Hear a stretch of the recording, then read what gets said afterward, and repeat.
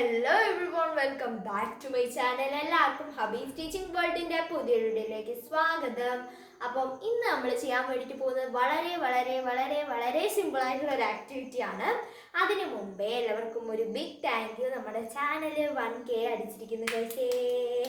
ഇന്ന് രാവിലെ വരെ 993 സബ്സ്ക്രൈബർ ആയിരുന്നു. പെട്ടെന്ന് ഞാൻ വൈകിട്ട് കയറി വന്നപ്പോൾ അമ്മച്ചി പറഞ്ഞു 1K അടിച്ചു എന്ന് പറഞ്ഞു.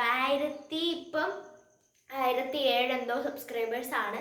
സോ ഗിവ് അവേ കാണും, ഒരാൾക്കേ കൊടുക്കാൻ പറ്റുള്ളൂ ഗൈസ്. കാരണം അത്ര ബഡ്ജറ്റ് അത്ര ഓക്കെ അല്ല, അതുകൊണ്ടാണ് പറഞ്ഞത് ഒരാൾക്ക് മാത്രമേ ഉള്ളൂ ഗിവ് അവേ. അപ്പം പക്ഷേ വാച്ച് ടൈം ഒന്നും കയറിയിട്ടൊന്നും ഇല്ല, ചാനൽ മോണിറ്റൈസ് ഒന്നും ആയിട്ടില്ല.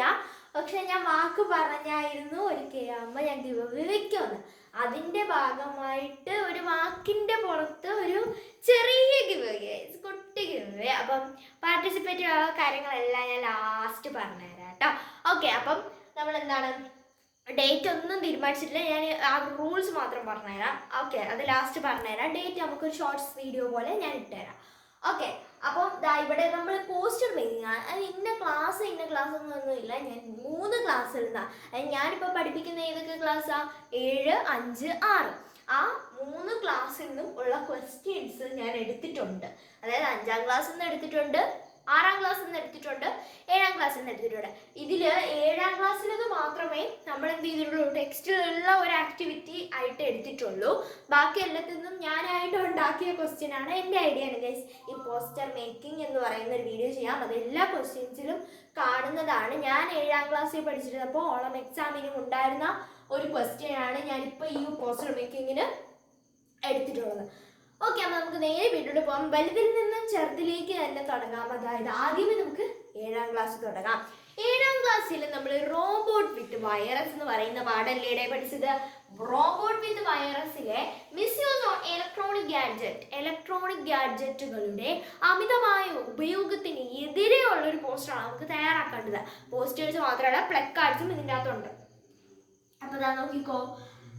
അപ്പൊ നമ്മള് പോസ്റ്റർ വരയ്ക്കുമ്പോൾ പ്രത്യേകം ഒരു ഫോൺ, അതായത് പടം, ഫോണല്ല പടം, ഒരു പടം വരയാൻ. ഇപ്പം ഒരു എൻവയോൺമെന്റൽ ഡേയുമായിട്ടാണ് ഇതാക്കിയിരിക്കുന്നത് എന്നുണ്ടെങ്കിൽ നമ്മൾ എന്ത് ചെയ്യണം? ഒരു മരത്തിന്റെ പടമോ അല്ലാന്നുണ്ടെങ്കിൽ ഒരു പ്ലാസ്റ്റിക് കവറിന്റെ പടം വരച്ച് അതൊന്ന് വെട്ടിയിട്ടാലും മതി. അങ്ങനെയുള്ള എന്ത് ട്രാഷ് ബിന്നിന്റെ പുറത്ത് വേസ്റ്റ് കിടക്കുന്നു, അതിനെയൊക്കെ ഒരു വട്ടത്തിൽ വരച്ച് വെട്ടിയിട്ടാലൊക്കെ നല്ല മാർക്ക് കിട്ടും അതിനൊക്കെ. അപ്പം എന്താണ്, ഞാൻ അങ്ങനെയൊക്കെ ആയിരുന്നു കേട്ടോ ചെയ്യുന്നത്. ഓക്കെ, അപ്പം ഇവിടെ നമുക്ക് ഫോണിനെ പറ്റിയിട്ട് നമുക്ക് ഫോൺ ഒരു ഇലക്ട്രോണിക് ഗാഡ്ജറ്റ് അല്ല. ഇപ്പം ഞാൻ വീഡിയോ എടുത്തുകൊണ്ടിരിക്കുന്നത് ഫോണിലാണ്. അപ്പോൾ ഇതൊരു ഇലക്ട്രോണിക് ഗാഡ്ജറ്റ് ആണ്. ഇത് കൊണ്ടുണ്ടാകുന്ന മിസ്യൂസ് എന്തൊക്കെ, അതാണ് നമ്മൾക്ക് ഈ പോസ്റ്ററിൽ 2 പോയിന്റ് എഴുതിയാൽ മതി, 5 മാർക്ക് കിട്ടും.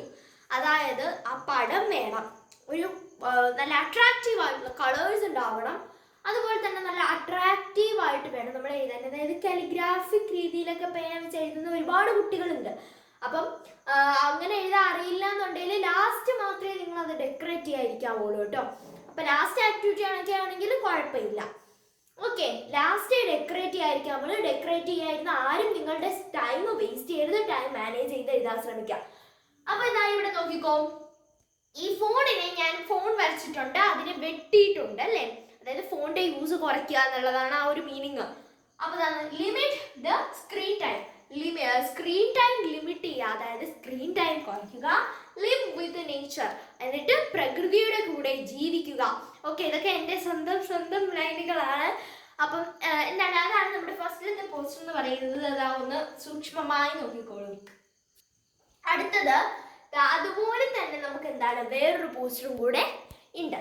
വേറൊരു പോസ്റ്ററും കൂടെ ഇതേ സെയിം കണ്ടന്റിൽ തന്നെ ഞാൻ എഴുതിയിട്ടുണ്ട്.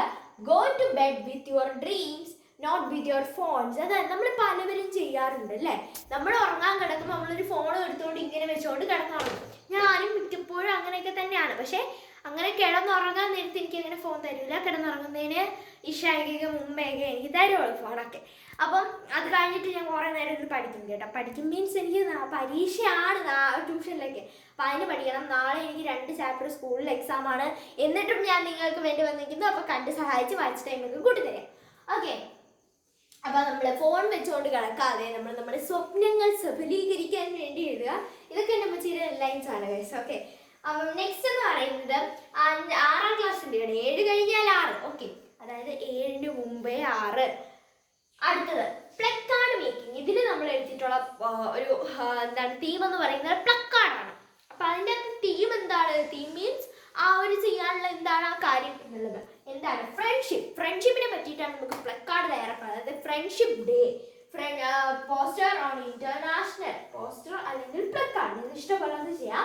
Placard on international friendship day എന്ന് വെച്ച് കഴിഞ്ഞാൽ പോസ്റ്ററിന്റെ പടം വരയ്ക്കുന്നത് പോലെ നിങ്ങൾക്ക് വേണമെങ്കിൽ, വളരെ ഓപ്ഷണലാണ്, വേണമെങ്കിൽ പ്ലക്കാർഡിന്റെ പടം വരയ്ക്കാം. ഇല്ലെങ്കിൽ പോസ്റ്ററിനെ പോലെ ഒരു ബോക്സ് വരയ്ക്കുക, അതിൻ്റെ താഴെ ഒരു കാല് വരച്ചു കൊടുക്കാം. കാല് മീൻസ് അങ്ങനത്തെ കാലല്ല, ഇതുപോലത്തെ ഒരു കാല്. വെയിറ്റ് ചെയ്യാം, ഞാൻ മാർക്ക് എടുത്തോട്ടെ. ഓക്കെ, അപ്പം ഇതാ ഇതുപോലത്തെ ഒരു കാല് വരച്ചു കൊടുക്കാം. അതായത് ഇങ്ങനെ. ഓക്കെ, ഈ കാലൊന്നും ശരിയായിട്ടില്ല. അടുത്തത് നോക്കാം. അതാണ് ഇന്റർനാഷണൽ ഫ്രണ്ട്ഷിപ്പ് ഡേയുമായിട്ട് ബന്ധപ്പെട്ട ഒരു പ്ലക്കാർഡ് പോസ്റ്റർ തയ്യാറാക്കാനാണ് പറഞ്ഞിട്ടുള്ളത്. ഇതാ നോക്കിക്കോ, July 13 international friendship day. July 30-ാം തീയതിയാണ് നമ്മൾ ഇന്റർനാഷണൽ, ഇത് പോസ്റ്ററാണേ പറയുന്നത്, ജൂലൈ 30-ാം തീയതിയാണ് നമ്മൾ ഇന്റർനാഷണൽ ഫ്രണ്ട്ഷിപ്പ് ഡേ ആയിട്ട് ആചരിക്കുന്നത് അല്ലേ. നമ്മൾ ജൂലൈ 30-ാം തീയതി കൂട്ടുകാർക്കൊക്കെ ഗിഫ്റ്റ് ഒക്കെ മേടിച്ച് കൊടുക്കും.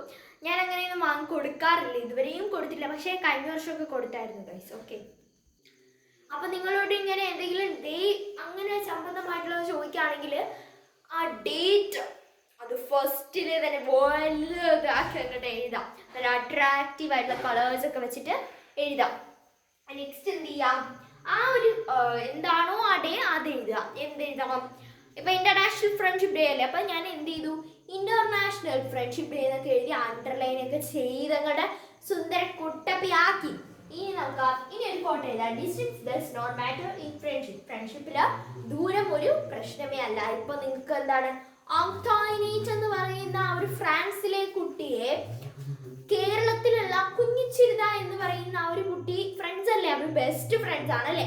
അപ്പൊ അവര് തമ്മിൽ കോണ്ടാക്ട് ചെയ്തതുപോലെ നമുക്കും കോണ്ടാക്ട് ചെയ്യാമെന്നാണ് ഇവിടെ ഉദ്ദേശിക്കുന്നത്.